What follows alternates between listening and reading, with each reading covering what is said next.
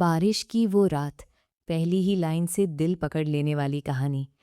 उस रात अगर बारिश नहीं होती तो शायद वो दोनों कभी एक दूसरे के इतने करीब नहीं आते। रिया बस स्टॉप पर खड़ी थी, भीगी हुई, ठंडी हवा से कांपती हुई। उसके फ़ोन की बैटरी खत्म हो चुकी थी और आसपास कोई नहीं था। तभी एक कार उसके सामने आकर रुकी।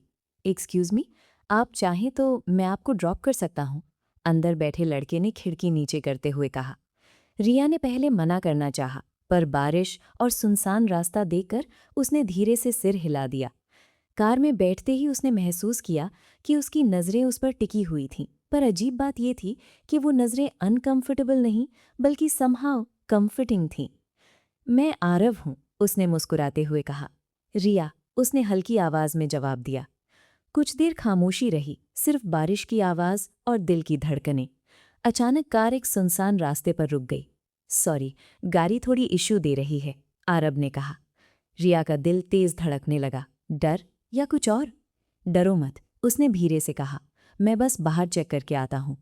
लेकिन जैसे ही वो बाहर गया, ठंडी हवा अंदर आने लगी। रिया कांपने लगी। कुछ ही सेकंड में आरव वापस आया और बिना कुछ बोले अपनी जैकेट उसके कंधों पर रख दी। उस स्पर्श में कुछ अलग था, नरमी, अपनापन और एक अजीब सी गर्माहट। रिया ने उसकी तरफ देखा और पहली बार उनकी आंखें लंबे समय तक मिली। तुम बहुत खूबसूरत लग रही हो, आरव ने धीमे से कहा। रिया का दिल जैसे रुक सा गया। और तुम बहुत अलग हो, उसके मुंह से बिना सोचे निकल गया। दोनों हल्के से मुस्कुराए। बारिश और तेज हो गई। कार के अंदर एक अजीब सी खामोशी भर गई, जो असल में खामोशी नहीं थी, बल्कि अनकही बातों से भरी हुई थी। धीरे धीरे आरव ने उसका हाथ पकड़ लिया। रिया ने हाथ नहीं हटाया। उसकी उंगलियां ठंडी थीं, पर उस पकड़ में गर्माहट थी। क्या मैं? आरव ने उसकी आंखों में देखते हुए पूछा।